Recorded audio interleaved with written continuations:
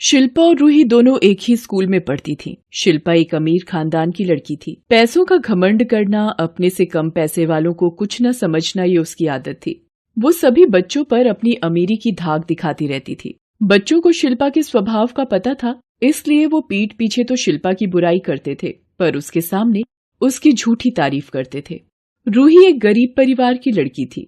उसके पिता मजदूरी का काम करते थे, पर रूही के माता पिता चाहते थे कि रूही पढ़ लिख कर अपने पैरों पर खड़ी हो जाए। इसके लिए उसके पिता कड़ी मेहनत करते थे। रूही ये बात अच्छी तरह जानती थी कि वो एक गरीब परिवार की लड़की है और उसके माता पिता का एक ही सपना है कि वो पढ़ लिख जाए, इसलिए वो खूब मेहनत से पढ़ाई करती थी। रूही पढ़ाई में अच्छी थी, साथ ही साथ वो स्कूल में की जाने वाली प्रतियोगिताओं में भी भाग लेती थी। एक बार स्कूल में ड्राइंग की प्रतियोगिता में शिल्पा की जगह रूही फर्स्ट आ गई। इस बात पर शिल्पा रूही से और ईर्ष्या करने लगी। रूही कक्षा में अच्छे नंबर लाकर शिल्पा को पीछे कर देती थी और इस बार ड्राइंग की प्रतियोगिता में भी रूही ने प्रथम आकर शिल्पा को अपने से पीछे कर दिया। एक दिन रूही के पिता को मजदूरी का काम करते हुए चोट लग जाती है। वो जख्मी हो जाते हैं। ज्यादा चोट आने की वजह से डॉक्टर उन्हें घर पर ही आराम करने के लिए कहता है।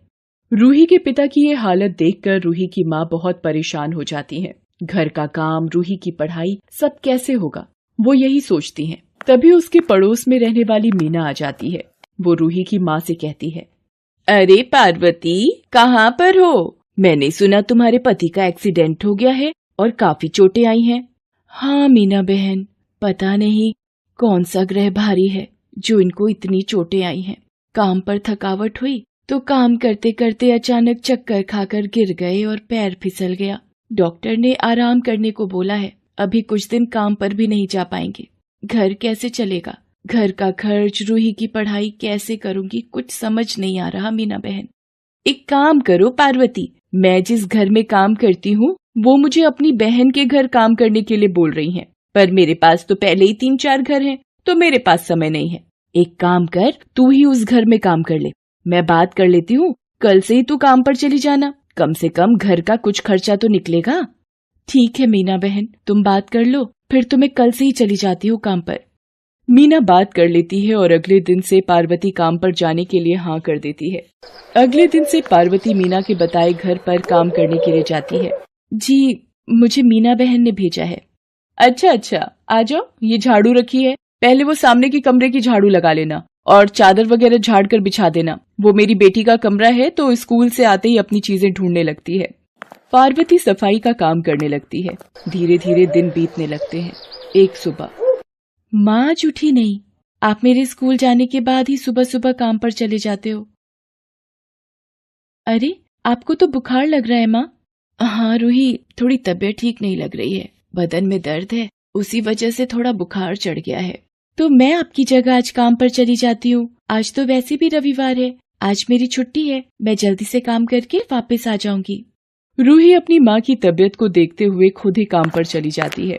वो जाकर सविता को माँ की तबीयत के बारे में बताती है। सविता रूही को काम समझा देती है। रूही झाड़ू लगाने लगती है। रूही जैसे ही एक कमरे में झाड़ू लगाने लगती है, शीशे के सामने खड़ी एक लड़की को देख वो चौंक जाती है। शिल्पा, रूही तू यहाँ कैसे मेरे घर में? बेटा, ये नई काम वाली आंटी जो है उनकी बेटी है। आज इसकी माँ की तबीयत ठीक नहीं, इसलिए ये उसकी जगह काम पर आई है।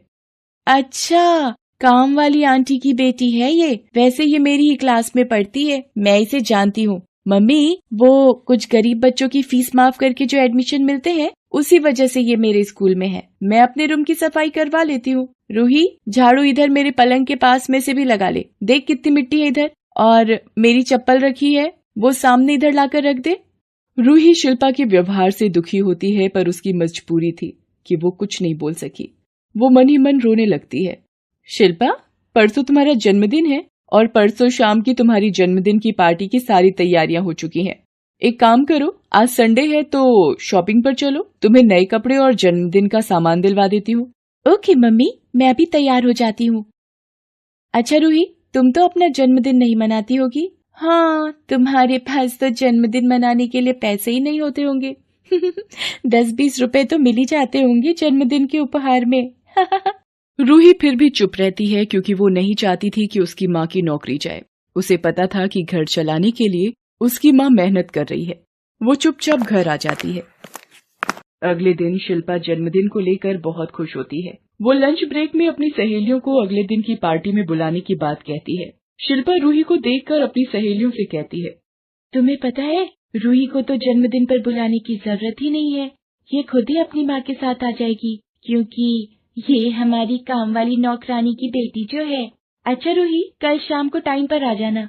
मेरी सारी फ्रेंड्स आ रहे हैं, तो उनको केक सर्व तुम ही कर देना। अच्छा सुनो सब, मैं मिस आहना को कल की छुट्टी लेने का बता कर आती हूँ। तुम सब मुझे क्लास में मिलना। ये शिल्पा इतने एटीट्यूड में क्यों रहती है, जैसे यही अकेली स्मार्ट है। हम तो पागल हैं, इसके आगे पीछे घूमते रहो। बड़ी आई जन्मदिन की पार्टी मनाने वाली।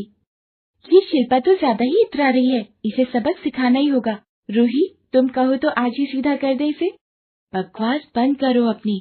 वो जैसी भी है, तुम सबको अपना अच्छा दोस्त मानती है, और तुम उसके पीठ पीछे उसी की बुराई कर रही हो। शर्म आनी चाहिए तुम दोनों को।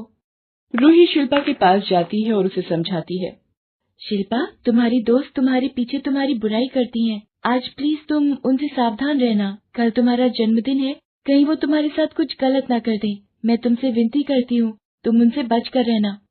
चल हट मेरे सामने से, बड़ी आई मुझे समझाने वाली। मेरी दोस्त मेरी कितनी केयर करती है ये मैं जानती हूँ। तुम मेरे और मेरी दोस्तों के बीच में फूट डालना चाहती है, ताकि मेरे जन्मदिन पर मेरी एक भी दोस्त न आए और मेरा जन्मदिन खराब हो जाए। मतलब तो यही हुआ ना, तू मेरी दोस्तों के साथ मेरी लड़ाई करवाना चाहती है। मेरा मूड खराब मत कर। बेचारी रूही उसे नहीं समझा पाती, वो करती भी क्या।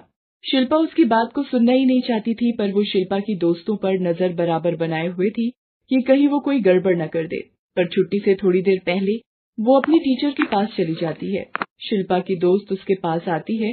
शिल्पा, स्कूल की छत पर तेरे लिए सरप्राइज है, चल जल्दी चल। कब से स्कूल की छुट्टी होने का वेट कर रहे थे। शिल्पा की फ्रेंड्स उसे स्कूल की छत पर ले जाती हैं और बहाने से छत का दरवाजा बंद कर देती है।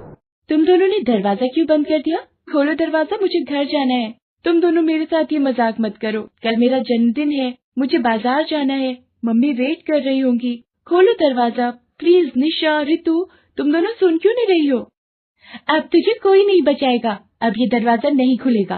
अब बंद रहे यही छत पर मनाना अपना जन्मदिन, वो भी अकेले। बड़ी आई अमीरी दिखाने वाली।